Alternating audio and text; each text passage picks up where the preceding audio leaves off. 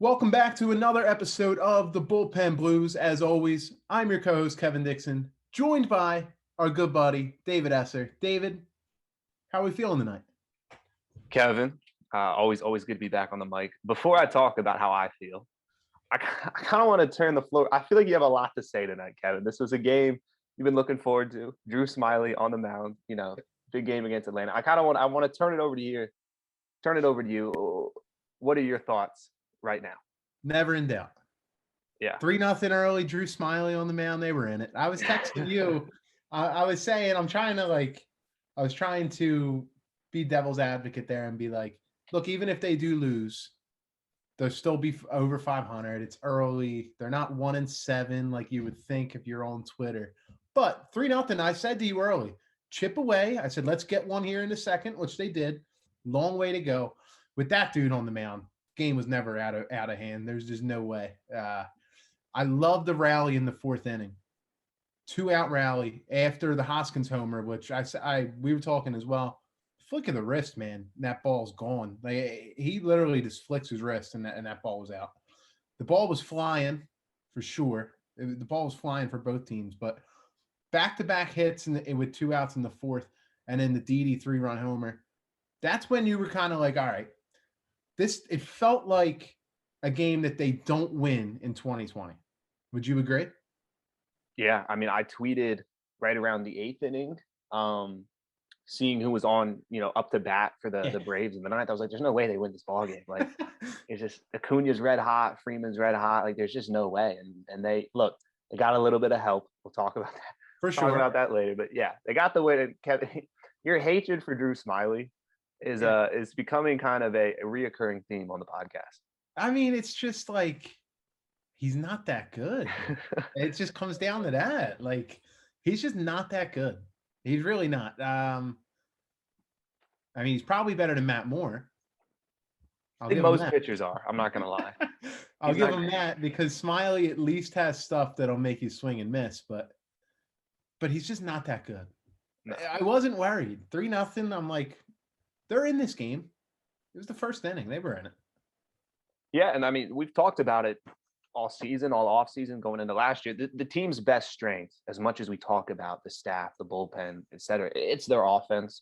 Most nights, as long as there's not a Jacob deGrom on the mound, a Clayton Kershaw, whoever, I feel pretty good about the offense. Was feeling a little dejected after the last two losses, specifically last night, which was a really frustrating loss.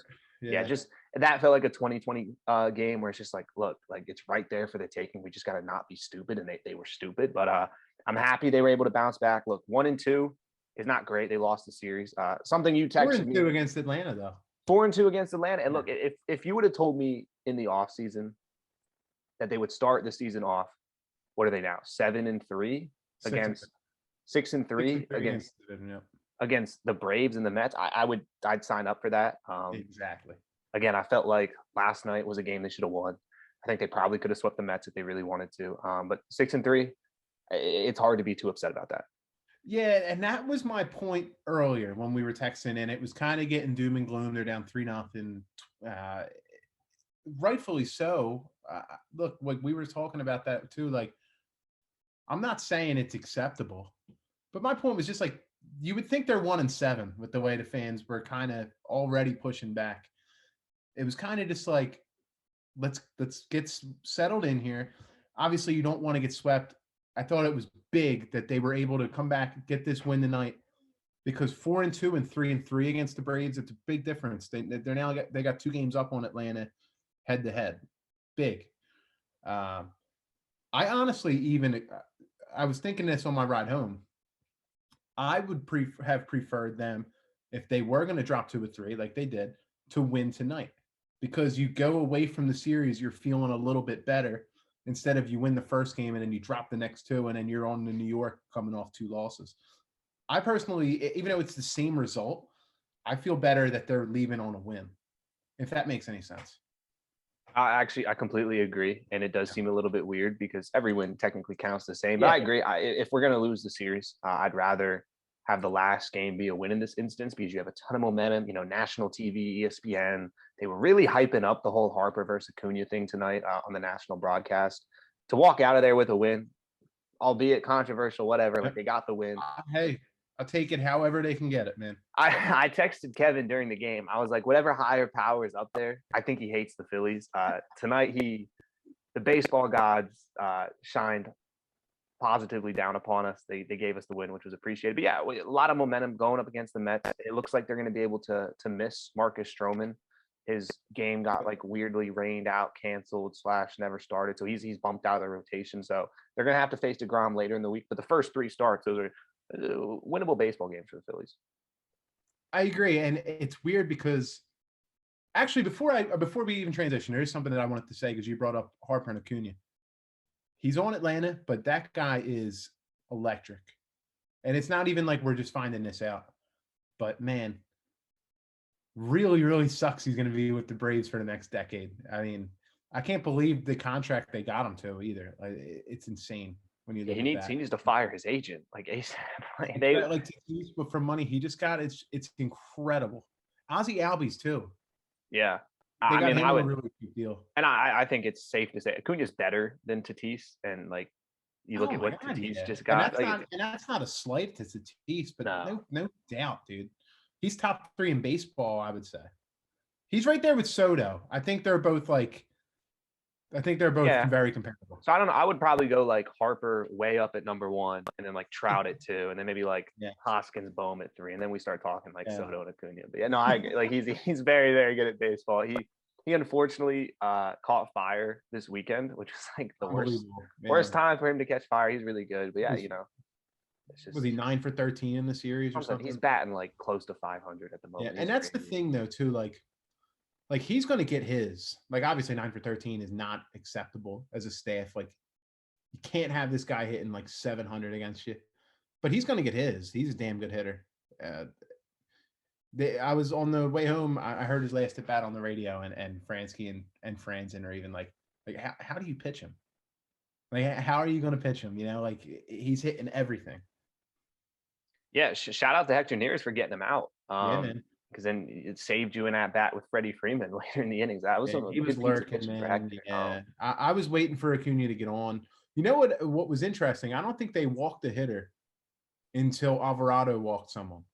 Really? I'm pretty confident in that. I mean, they gave up a lot of hits. Matt Moore, he was pitching in the zone tonight, Kevin. I can tell you that. His pitches were in the zone.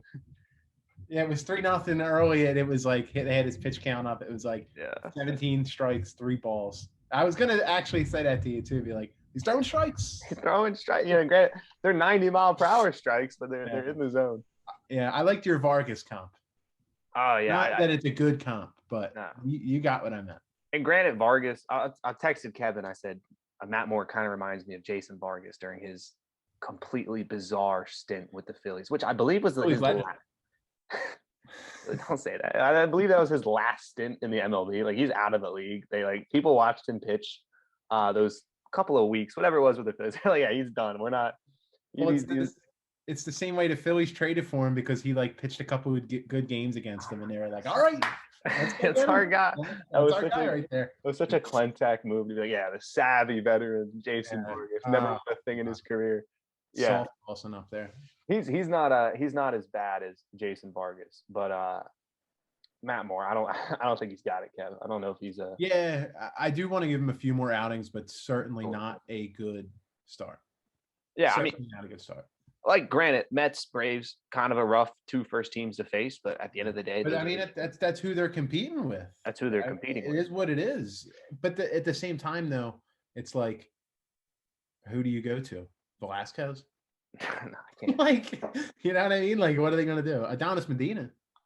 I would love to see some Medina. I think what I would do, again, a little off topic. We'll circle back to the Braves series here in a moment. What I would do is I would run Matt Moore, give him his honest shot at keeping the job if he starts improving, if he can continue to take down innings. Because the one thing I'll give him credit for is he didn't get knocked out early.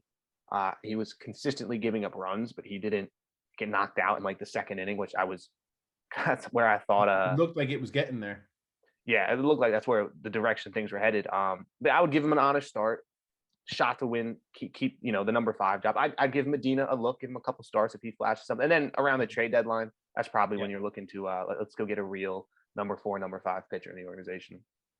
Yeah, but But to go off of that, Anderson wasn't bad in his first outing. I'm actually looking forward to seeing him pitch. Yeah, And I'm not really worried, and I agree. You said to me you're not worried about him, and I agree with that. yeah, I remember it was his first start, and people were like, "Oh, he's not looking." I'm not worried about Chase Anderson. He's a pro. He's their fit starter. Yeah, and I he is mean, not a guy who has yo-yoed up and down between being yeah. really, really good and really, really bad. He's just been consistently 3.9 ERA, 4.1 ERA, tons of innings, 30 starts a year, National League pitcher. Like that's the type of guy I want at the back of my rotation. I think he's gonna have a good start tomorrow. Even if he doesn't, still not worried. I think Well, he'll be that's fine. the thing. It's like we've said it on this show previously, but it's like most teams have a problem with their fifth starter. Like that's why they're your fifth starter. They're fringe major league players for the most part. So it's not like it's exclusive to the Phillies to have these issues at the back of the rotation. Most teams around baseball do. Not everybody can be the Dodgers, where their fourth and fifth starters are Julio Urias and Dustin May, and they got David Price in the bullpen. Yeah, Not everybody can be them. Most teams like the Mets, Peterson, what is he there? He's their 3 or 4. I mean, the Phillies bombed him the other day. Like the Phillies aren't the only team that are going to have back of the rotation issues. It's just because there's so many teams in the major leagues now. It's a little watered down, and it's just these are just fringe guys at the back of the rotation. You just need them to eat innings and to keep you in the game. Like Matt Moore tonight, he stunk, but he didn't give up 9 runs in 4 innings. You know, which is something obviously the Phillies have struggled with in the past, whether it was Nick Pivetta, Vince Velasquez, Jason Vargas, Drew Smiley, who, again, wasn't, you talking about teams with question marks at the fifth starter. Drew Smiley, not great, man. He's not a great pitcher. Exactly. So yeah, Matt Moore, I don't think he's good. He's probably a guy you don't want in the rotation if you're trying to make a serious playoff push. But yeah, I'm willing to give him another couple outings before we write him off as a complete bust. Exactly, because we still have 153 of these games to play. So we do. It is amazing we're 9 games in. I love that. I can't believe we're 9 games in already, but we have a long way to go. This is yeah, the games are flying by. All right, Kevin, I want to circle back to the Braves series a little bit, and I'm going to take my turn playing devil's advocate. There was a general vibe, I think, I saw amongst Phillies Twitter, some Facebook groups, just Phillies fans in general. There's 2 ends of the spectrum. There's the one spectrum where they're complete doom and gloom. Oh, this team's terrible every time they lose a game. I think we both know that's ridiculous, right? That's not how baseball works. That's not how the game's played. It's a marathon. It's not a sprint.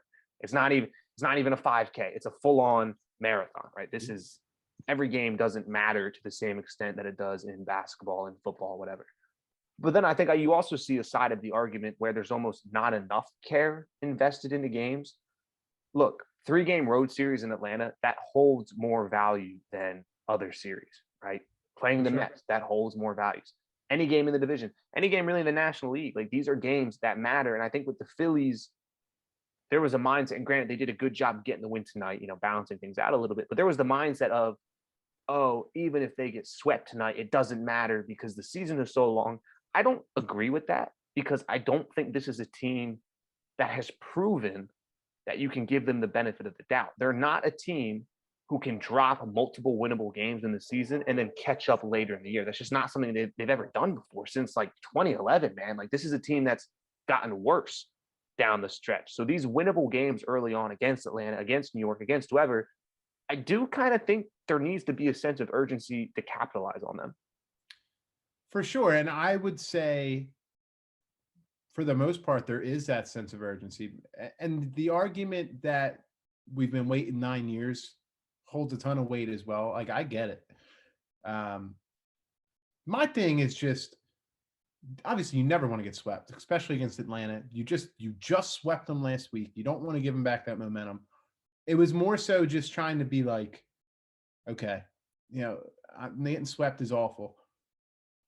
But you don't want to let a sweep in April derail your season. It basically was where I was trying to get at, is not great at all. No, unacceptable, completely unacceptable. But it doesn't mean you can't rebound. And like you said, they haven't done it in the past. So you're right. But I see both sides of it. That's basically what I'm trying to say. Like I get it. And it's a good thing because it shows people care. Like you're invested in the team. It's okay to get emotional and upset about them. It's just trying to walk that line of at what point or is it a little bit overkill? Because Atlanta got swept last week. Like it happens. Like it does happen. The Phillies are going to get swept at some point this year. Could have. I mean, hopefully it's not this week because they got a 4-game set with New York, but it's going to happen. And it's just a matter of not allowing it to snowball, I think would be the best way to put it. Yeah, no, I agree. And you mentioned Atlanta. Look, they got swept to start the season. They're probably still going to win the division. It's a super talented ball club. It's a super deep organization. They got to beat the Bills first. They do got it. 4-2 against Atlanta. I'm with that. And as crazy as it sounds, the win tonight does, I think, flip the script on. Look, they have a 4-2 advantage against Atlanta. If they can go in and take 3 or 4 against the Mets, even if they split, that's still coming out of this stretch with a positive ratio. I guess my only kind of complaint is when, and this isn't even directly at Joe Girardi, but just kind of at the whole argument in general, after Saturday night's loss, Girardi was kind of like it was a tough play for Alvarado. And I'm referring to the play where Alvarado, guy running home, Alvarado didn't throw it to home. He was looking at second base. And it's like, no, like this is not a dang, the Braves are just so good they got us. That was just a mental error.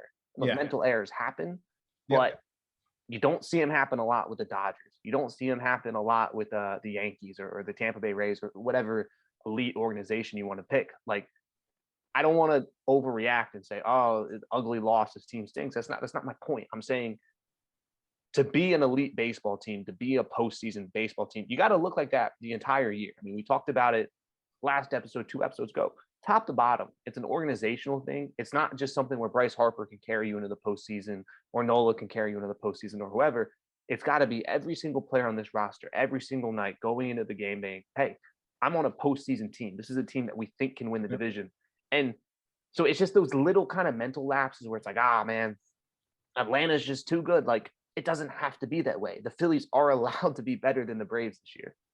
For sure. And to comment on that play, because that was a big play in the series. Clearly, it kind of shifted that game to Atlanta. It was kind of weird. I don't know why they weren't playing for the double play. Like, I understand you're going to come to the plate on the corners. Like, how I would have played it is you have your corners in and you play up the middle, you play for the double play because you can turn 2 on Freeman. Like, you definitely can, and one pitch can get you out of the inning. The way they were playing, the play was to the plate. And Alvarado needs to know that. You need to know where your defense is positioned. But positionally wise, I don't know why they weren't going for 2 there. Well, I think Alvarado still got to look the runner off at third. He didn't even look at him. If you want to go for 2, I'm okay with that. Like, the play was there to be made at second base, but I think him not even glancing at the runner kind of screwed everybody up because then Didi and Gene see the guy breaking for home. So they're like, go home, like he's going home. And like, you could have turned. It was definitely weird. Look, like they were playing in the middle. Like they weren't playing double play depth up the middle. Like they were playing to where on the ground, the play's at home. And Alvarado, like you said, it's a mental lapse. That can't happen. He needs to know where they're playing because it affects everything. Like if they're playing double play depth, you turn 2 there. You don't even necessarily need to look at third. If you think you can turn 2, throw to second first, get out of the inning. But the way they were playing, you're right. You have to at least check the runner at third because the double play wasn't there. So like you're 100% right. Like he needs to be aware of that. Yeah, definitely a lack of communication. I'm in agreement with you there. It's unacceptable. Yeah, I definitely agree. All right, Kevin, before we start touching on the Mets, looking ahead to what's going to be a relatively important 4-game set with New York, the Phillies starting pitching hasn't been great the last couple of games. And this was something that they used to mow down Atlanta early on. We knew it wouldn't hold up to that extent. Nola didn't look great against the Mets. Granted, the offense showed up, didn't matter. Zach Wheeler struggled just as much the following day. Zach Eflin, granted, he settled things down, still gave up 3 runs in the first inning. Like, where do you think this rotation is going to balance out? Like, what's kind of the sticking point? How comfortable do you feel with that top 3 at the moment? I still feel pretty good about the top 3. I think the big takeaway is none of the 3 pitched well. and the Phillies were in, I guess, except Wheeler's start, they were kind of in each game. Um, I think the big thing was they didn't let it get away from him. Like Nola as well. Like he was just not efficient. I think would be the best way to explain Nola's outing, because his stuff did look good. Like there are some cuts from that game where his stuff was still really really strong. Overall, I think they're going to be okay. I'd be more worried about the back of the rotation, like we were talking about. I still think you're going to get what you're going to get from Nolan Wheeler. There hasn't been anything so far from Eflin that has pushed me to, all right, we need to worry about this guy because he was so good in his first start. And I think a big thing was he settled down, which is not something we've seen from Eflin in the past, where he gets rocked early and then he's able to keep it there. I think the big thing is just going to be you cannot continue to fall behind. They've been falling behind. They fall behind in all three Atlanta games after they took the lead, except for tonight. So I think overall, I still feel pretty good about it. Because you think about it, they had three great starts to start the year, and now they've all had three not so great starts. So I don't know. I'm trying not to get too concerned over one outing, considering they're going to have 30 plus each left. But I think they'll be okay. Yeah, I like the point you made about Eflin. When he got rocked in that first inning, I was like, oh man, like here we go, 2019 Eflin vibes. Like, and that wasn't the case. He settled back down, and I made the point on Twitter. Look, 3 runs in 6 innings isn't a good start, but it's still important that Eflin was able to keep them in the game, not ruin the bullpen, be able to preserve a guy like Hector Neris for the following night. Like that's important. That's something Eflin hasn't really done in the past. Yeah, I agree. I still feel fine with the front three, and I still feel good about Chase Anderson, who's going to pitch tomorrow. I was looking ahead real quick at the Mets, so it looks like we're going to have Anderson, and then we get Nola, Wheeler, Eflin. It looks like for the Mets, they're going to have Peterson on the mound tomorrow, who he stinks, so I'm excited about that. And Taijuan Walker, who looked really good in his first outing. I'm excited to see him for the first time. Don't know who's pitching game 3, and then our good pal Jacob deGrom, who was 0-1 against the Phillies this year, pitching on Thursday. Kevin, how are we feeling about the 4-game set with New York? I think a big thing is, at worst, you need to split, because look, if they can split, we said what, they're 6-3. If you can walk away 8-5 from the first 13 games against Atlanta and New York, I think that needs to be considered very strong, because coming into the year, if you would have told me even right now they'd be 6-3 after their first 9 games, I'm all in on that. Obviously, you don't want to get swept and come home 6-7. If they get swept, that would be concerning. If they go 1-6 on this road trip, that would be cause for concern for sure. It would kill all the momentum they had to start the year. I'm looking for at least a split. I think asking for a sweep is too much. I just don't see that happening, especially they're going to have to face DeGrom. 2-2 or 3-1. That's what I'm looking for. Ideally 3-1. But if you can walk away 2-2, I can live with that. Yeah, I'm right there with you. And yeah, especially with DeGrom pitching Thursday, early afternoon game, end of the series, you kind of chalk that one up as a loss. Now, who knows? Like I said, the Phillies they don't give him any run support, so who knows? No, they really don't. And the Phillies wanted DeGrom start earlier this year already, which was pretty insane. Was it a Matt Moore DeGrom start? Yeah, we may be pushing our luck to go for 2 in a row against DeGrom. Who knows? Like I feel good. Chase Anderson on the mound, and then you're back at the top. There was rotation. You're kind of expecting Nola, Wheeler to do their thing, bounce back, and then who knows? Eflin, DeGrom Thursday. That's another matchup I'm excited for. But yeah, I agree. Look, 2-2. Again, I'd still be a little bit, I don't want to say frustrated, but a little bit kind of annoyed at a split, just because I think this is, again, look, you got some momentum. The bats are starting to come alive. You're going to have all 3 of your top pitchers pitch this week. The bullpen's, relatively fresh. They lost Archie Bradley, which we didn't even talk about, but yeah, he's on the injured list, which that really sucks. He hasn't looked very good, so I'm not surprised. Yeah, well, that was looked that good. So they were saying in his last start, they were saying he had injured it in practice, and he kind of thought it was due to the COVID vaccine side effects, and then he was pitching, and obviously he did not pitch well. Then they checked him out. They're like, yeah, dude, like you strained your oblique, like you're being an idiot pitching. Yeah. So definitely injured. Hopefully it's not for too long. Jojo Romero's coming up to replace him. Yeah, I don't know. I just feel like they have some momentum. New York hasn't looked great since the start of the season. Really not.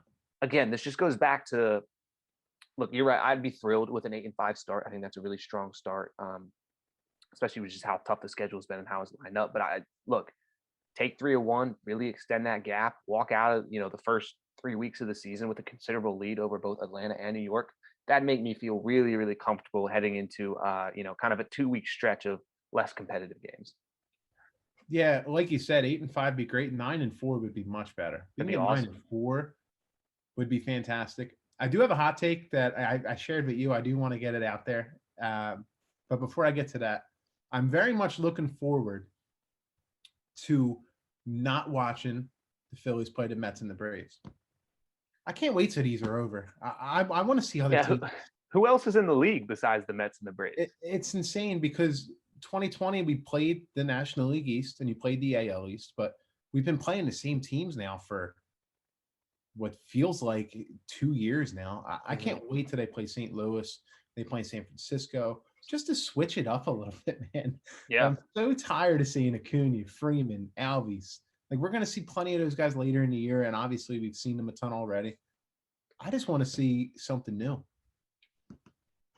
I'm super tired of watching Acuna hit the baseball. No, I agree with you. Kev, what was the hot take? Lay it on me. All right, so now that we are getting set to face the Mets, everybody's favorite Met to hate on, I do want to say I'm low-key a Brandon Nimmo fan. Oh, dude, I can't believe you dropped this on the podcast. On the pod, man. I can't believe it. Dude, he sprints to first base on walks. It's more so with I think he's damn good. I think he's going to have a great year. I think it has to do with that. He's going to score 100 runs. He'd be better than the Phillies center fielders, that's for sure. He would be fourth best offensive player on the Phillies. I'll slot him behind Harper, Bohm, and Real Muto. Maybe Hoskins. You think he's better than Hoskins and Didi? I think he's better than Didi. Yeah. Am I missing something here? What were his numbers last year? He had 280, 404 on base, 484 slug. He's a good player, man. He's a very good player. I'm pulling up his numbers. He's a guy who gets on base. He hit 221 in 2019.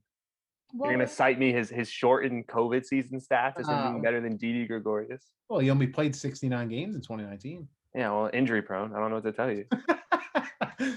All I'm saying is he's a good player, man. So yeah, his numbers were good last year. It is and look, I know when because my dad's gonna listen to this, he's gonna love that Nimmo does that. I just know that because he's a big Pete Rose guy. I'm not in love with that aspect of it. It is annoying. I think if he was a Philly, people would eat it up and they would love it. But he's a good player, man. I think he's so overlooked in that Mets lineup. He's such a tough out. He gets on base all the time. He's going to score a lot of runs.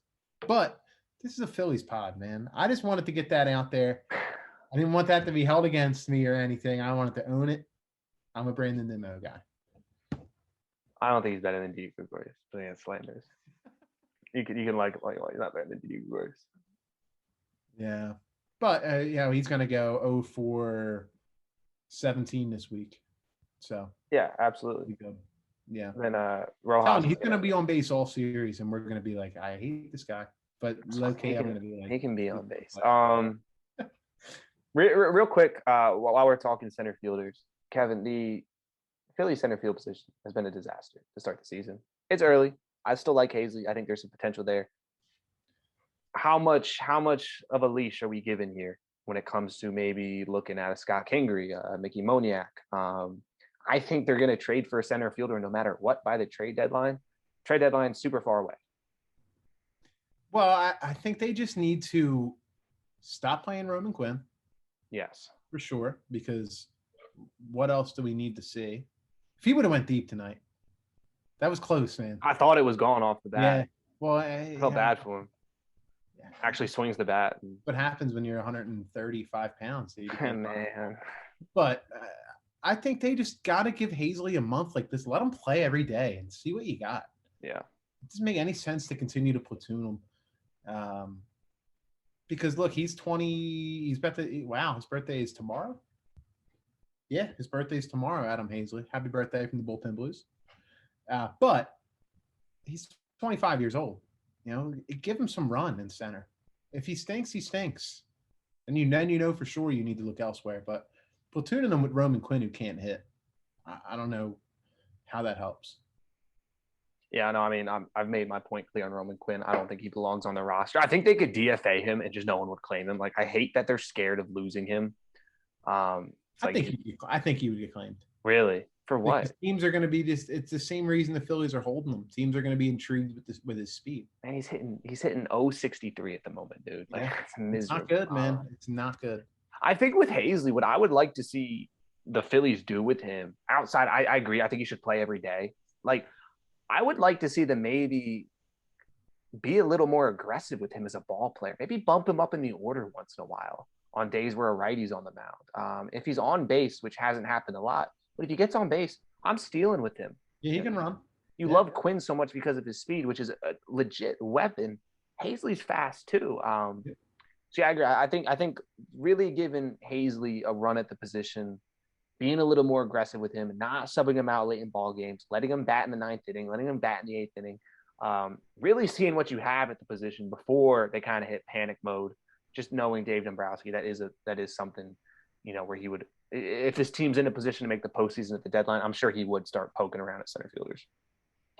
Yeah, it's just like, what else do you need to see with Quinn? What's so funny is he closed the spring so well, and people were like, I don't know. He's turning the corner here the last, week and a half of spring training.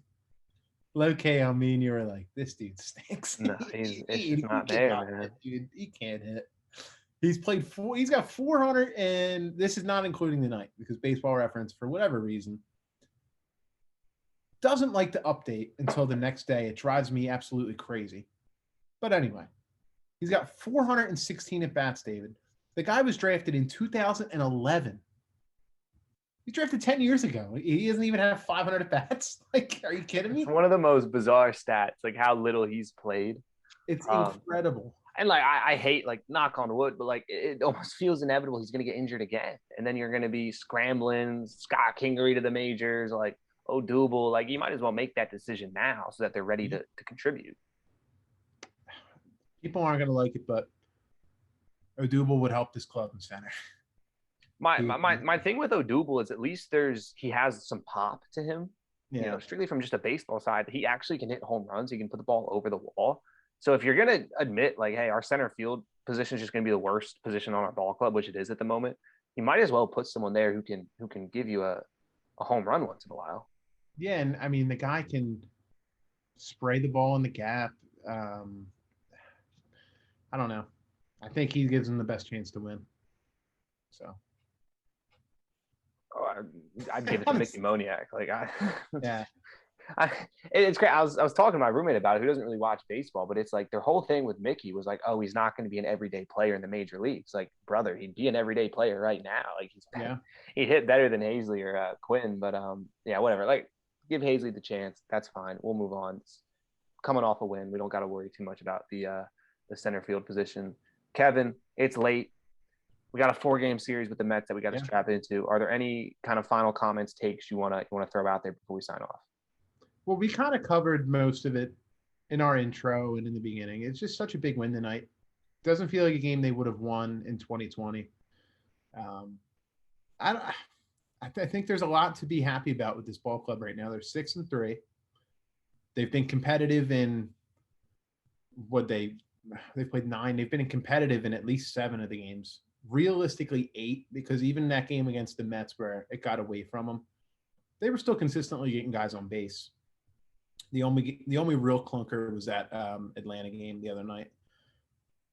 It's still positive vibes from me, man. And my thing this year is I'm going to try not to get too high. I'm going to try not to get too low because, like we were saying, it's a long year. Sorry, you can hear the thunder. It's the thunderstorm where I'm at right now, but it's going to be a long season. So just trying to stay even keeled at least until the All-Star break. We can see where we're at. That should be the focus right now. Let's get to the break. Hopefully, we're right in a playoff spot. We're right in the hunt. The deadline's right after that. Then you address what you need on your roster, and then it's a stretch run, baby. So let's just try to get through the month of April with a winning record, and let's just keep trucking along, man.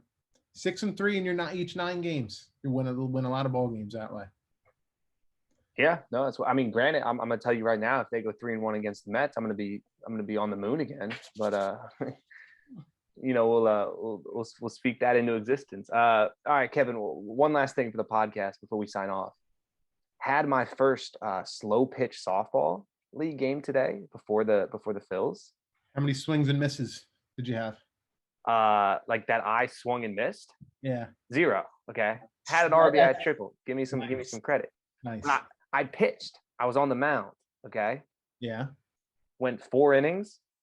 Only gave up 1 run. Had like 7 strikeouts. Dude, I was dealing. Oh my goodness, in slow pitch softball. In slow pitch, I was kind of doing this weird change.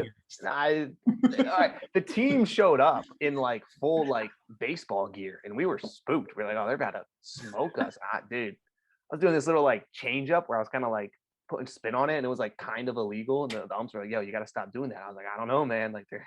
The old Trevor Bauer, the balls got sent in for. Yeah, I was like rubbing it on the grass before I pitched, and they weren't telling me to stop. And I was like, I was ace on the mound. Don't worry about it. Yeah, we smoked them, won like 8-1. It was a big win, good win. Hey man, the reason I asked how many swings and misses is because I know a lot of guys struggle with it's their first game. They're trying to go up there and crush it. Yeah, you can make yourself look like a fool real quickly. It's definitely weird. Just trying to hit a home run on every at bat. That's awesome, dude. I played a couple years ago. I haven't played in a couple years though. Yeah, it was the only wonky part was the field like didn't have a home run wall. It was it was like 450 feet in every direction. It was like the JV field in high school. Like it was like a soccer turf field. So it was like it wasn't even a baseball field, but like so we were smoking them, but the outfielders were setting up like 300 feet deep and closing on the because you really just had to kind of swing for the gaps. But that's beside the point. I was just sharing my ace like performance. Love it, dude. Phil, we got to get you out there and take Matt Moore's spot, dude. Yeah, I mean, it worked me up. You know, be pumping like 82, 83. Love it. All right, Kev.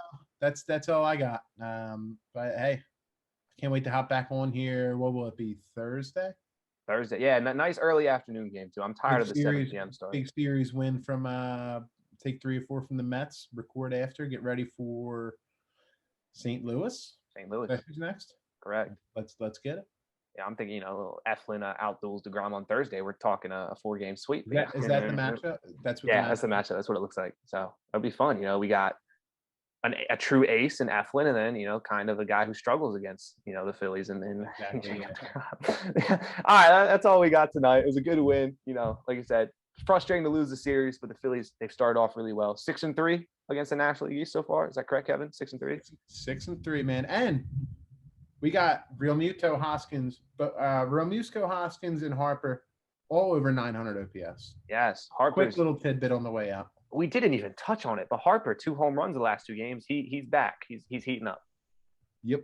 I don't know how that his home run, his first one of the year. I don't know how that didn't go through the seating out there. That was an absolute missile.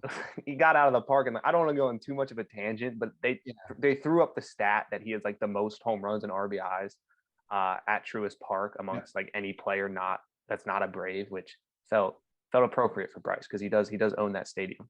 It was like 115 miles per hour off the bat the other day. The laser. And then he went Oppo. I would have been out there. I would have been getting right out of the way. Duck out. Like, I don't want any part of that one. Yeah. But yeah, that's it, man. Let's go take 3 or 4.